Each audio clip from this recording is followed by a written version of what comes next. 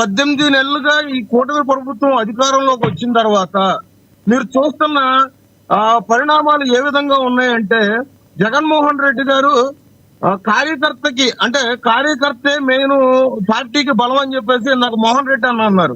కానీ పార్టీ తరపున కార్యకర్త కుటుంబానికి ఎటువంటి విలువలు ఇస్తున్నారు, ఎటువంటి బాధ్యత కల్పిస్తున్నారు.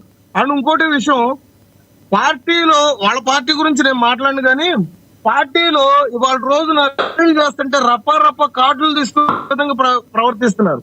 జగన్మోహన్ రెడ్డి గారు ఆ రోజు వాళ్ళ తండ్రి గారు చనిపోయినప్పుడు అధికారం కోసం సంతకాల సేకరణ ఏ విధంగా చేశారు.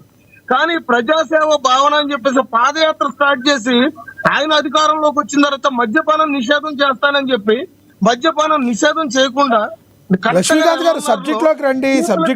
లక్ష్మీకాంత్ గారు అడిగింది ఏంటంటే ఒకటి సార్ చెప్పండి, వినండి పూర్తిగా. నేను చెప్పింది ఏంటంటే, ఒక పార్టీ గురించి కానీ ఏదన్నా కానీ ఇక్కడ బెదిరింపులు కానీ రాజకీయాలు కానీ నేను ఎవరు చేయట్లా. పవన్ కళ్యాణ్ గారు బెదిరింపులు చేయాలంటే ఆయన అధికారంలోకి వచ్చిన రోజే మొన్న జరిగినట్టుగానే స్పందించేవారు. కానీ 18 నెలల తర్వాత స్పందిస్తున్నారంటే చట్టం అనేది ప్రతి ఒక్కటి కూడా. ప్రధానంగా పవన్ కళ్యాణ్ గారు చేసిన ఆరోపణల మీద కట్టుబడి ఉన్నారా మీరు? పవన్ కళ్యాణ్ గారు ఏం ఆరోపించారు? ఏదైతే ఈ పీపీపీ విధానంలో కానీ ఏదైనా పెట్టుబడులు పెడతానికి రాష్ట్రానికి మంచి చేయడానికి వచ్చే వాళ్ళని జగన్మోహన్ రెడ్డి గారు బెదిరిస్తున్నారు అన్నట్టుగా మాట్లాడారు. మీరు దానికి కట్టుబడి ఉన్నారా? నేను కట్టుకున్నాను సార్. ఎందుకంటే ఏ మాట కూడా ఆలోచన విధానం లేకుండా పవన్ కళ్యాణ్ గారు భవిష్యత్తు గురించి ఆలోచించుకుంటూ కూడా ప్రతి మాట కూడా మాట్లాడుతూ ఉంటారు. పవన్ కళ్యాణ్ గారి విషయంలో మీరు ఒకటి గుర్తుపెట్టుకోవాలి, ఇవాళ రోజున ఆయనకున్న శాఖల ప్రకారంగా కానీ డిప్యూటీ సీఎం గా కానీ ఆయన పారదర్శకతో ఇవాళ ముందుకెళ్తున్నారు.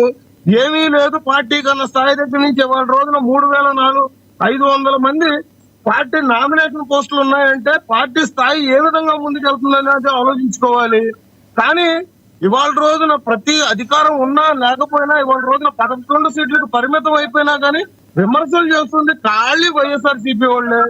పవన్ కళ్యాణ్ గారు కానీ కూటమిలో నాయకులు కానీ వారి పని వాళ్ళు చేసుకుంటూ వెళ్తున్నారు.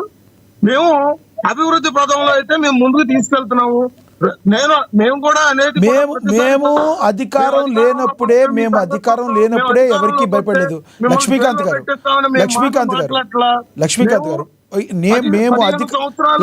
గారు మేము అధికారంలో లేనప్పుడే ఎవరికి భయపడలేదు.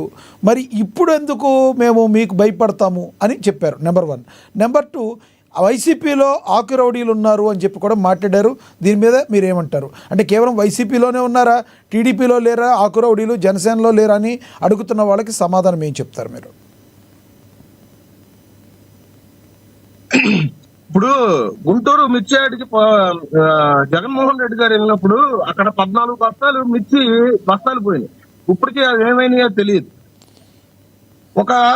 వాళ్ళ పార్టీ నాయకుడు బెట్టింగ్ ఆడి విషం తాగి ఆత్మహత్య చేసుకుంటే విగ్రహావిష్కరణ చేయడానికి జగన్మోహన్ రెడ్డి గారు రిటర్న్ వచ్చేటప్పుడు పార్టీ కార్యకర్త మీద కారు వెళ్ళిపోతే దానికి ప్రతిస్పందన ఏంటనేది తెలియకుండా విచక్షణారహితంగా రోడ్డు పక్కన పడేశారు వాళ్ళ పార్టీ కార్యకర్తని. ఈ పార్టీ కార్యకర్త అంటే ఏ పార్టీకైనా కానీ బలమేనండి. కానీ వీళ్ళు చేసే చర్యలు కానీ వీళ్ళు చేసే చేష్టలు కానీ ఏ విధంగా ఉన్నాయంటే, గంజాయి ఫ్యాక్టరీలు కలుస్తారు గుంటూరు వెళ్ళి వాళ్ళ మీద పలు కేసులు. లక్ష్మీకాంత్ గారు, నేను అడిగిన దానికి మీరు చెప్పేదానికి ఈరోజు సమాధానం పొందన కుదరట్లేదు. లక్ష్మీకాంత్ గారు అడిగిన దానికి ఇప్పుడు సబ్జెక్ట్ లోకి రావట్లేదు. మీరు తెలిసినవన్నీ చెప్తున్నారు. రావాలి అంటే సమయాన్ని కూడా చూసుకోవాలి కదా లక్ష్మీకాంత్ గారు. మిగతా గెస్టులు వెయిట్ చేస్తున్నారు. మీరు స్ప్రైట్ లాగా సూటిగా సుత్తి లేకుండా అన్నట్టుగా మీరు డైరెక్ట్ గా మాట్లాడాలి. ఇక్కడ ఎవరో బెదిరింపులు పాల్పట్టలా, ఇక్కడ ఎవరు చేయట్లా. మీ చేష్టలు చేసి మీరు చేసే చర్యల వల్ల ఇవాళ రోజున ఇటువంటి రప్ప కార్డులు పెట్టుకొని అట్లాంటి అల్లరి మోకను పెట్టుకొని మీరు చేసే ర్యాలీలకి, మీరు చేసే బెదిరింపులకి, మీరు గత ప్రభుత్వంలో అధికారంలో ఉన్నప్పుడు చేసిన చేష్టలకి ప్రతి ఒక్కటి కూడా పవన్ కళ్యాణ్ గారికి లిస్ట్ వస్తుంది. కాబట్టి ప్రజా దర్బార్ దగ్గర నుంచి వాళ్ళ రోజున జనసేన కార్యక్రమంలో ఉన్నటువంటి జనవాణి కార్యక్రమంలో పలు మాకు వినతుల పత్రం రూపంలో మాకు వస్తున్నాయి. కాబట్టి వాళ్ళ రోజున మేము అనాల్సి వస్తున్నాం.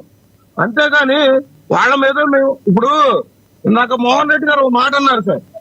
రాజకీయంగా మేము వ్యతిరేకులమే కానీ ఇటు పక్కన మాకు వ్యక్తిగతంగా ఎవరంటే మాకు కక్షలు లేవు.